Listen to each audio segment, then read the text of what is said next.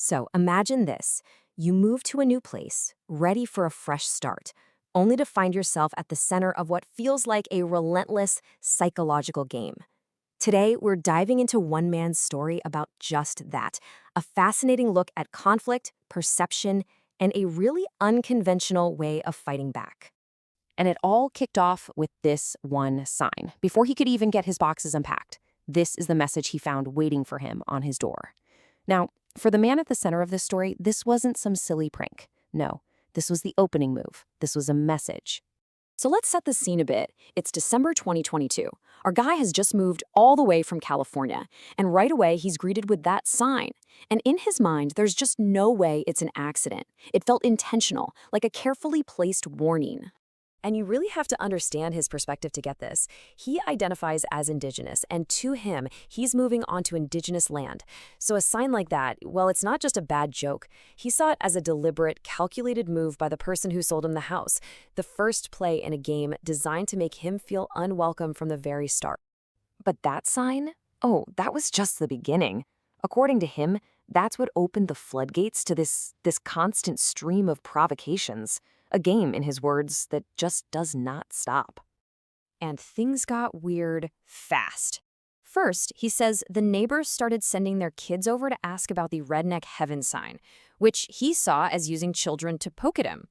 And then there was the truck. A guy just started parking his vehicle right up against his property line over and over. It felt like intimidation. So what do, right? He decided to take the high road. He walks over to the guy with the truck, tries to have a calm, neighborly chat. Explain he's running a business from the property. And the response? Total aggression. He said the guy acted like he was about to get physically violent. So much for de-escalation.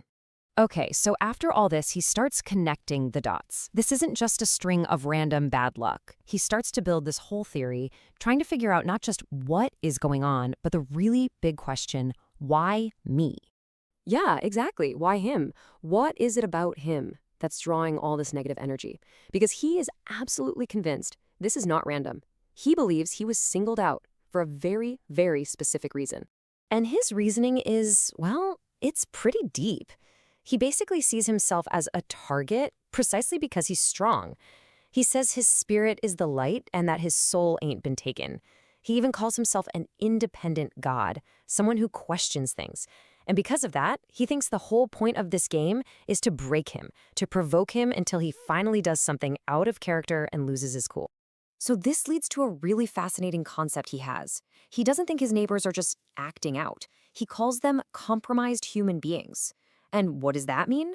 Well, in his mind, they aren't even acting on their own free will. He believes their behavior is being manipulated by some larger system to go after him specifically. So what's the end game here? According to him, it's a giant setup. All this poking and prodding is designed for one thing, to make him explode. Why? So that everyone can point their finger and say, see, he's the jerk. He was the problem the whole time. It's all about creating a false narrative. So, if you believe you're in a trap, what do? You don't walk into it. He made a very conscious choice. He decided he was not going to give them the reaction they were looking for. His entire response became about deliberate, calculated restraint. And he actually has a playbook for this. It's like a 4-step process. Step 1, a confrontation starts and he immediately assesses it. Step 2, he identifies it for what he believes it is, a trap. Step 3, he actively chooses to de-escalate, to not get into a physical fight. And then step 4, and this one is critical, he will not, under any circumstances, call the cops. He sees that as the biggest trap of all. And this quote right here just says it all, doesn't it? Why would I get into a confrontation with this guy over his behavior? It's such a powerful idea. He's saying, this is your behavior, not mine. I'm not going to get in trouble because you can't act right. He's refusing to own their actions. And that's the core of why he avoids the police. He's convinced that these people are somehow connected to the authority. He thinks that if he calls them, he's actually just walking right into their trap. It would be like calling the authorities on himself. And he is just not going to play that game. What's amazing is that he's taken this incredibly stressful, bizarre situation and turned it into fuel for his life's work. This whole experience has actually strengthened his professional purpose and the message he wants to get out there. This is exactly why he does what he does. He works in peer-to-peer mental health, And his goal is to give people the mental and emotional tools to handle situations just like this one. He's basically living out his own lesson plan in real time. And this isn't just talk, by the way. His resilience is real. While all of this has been going on, in less than 2 years, he's built not one, but two businesses. Think about that.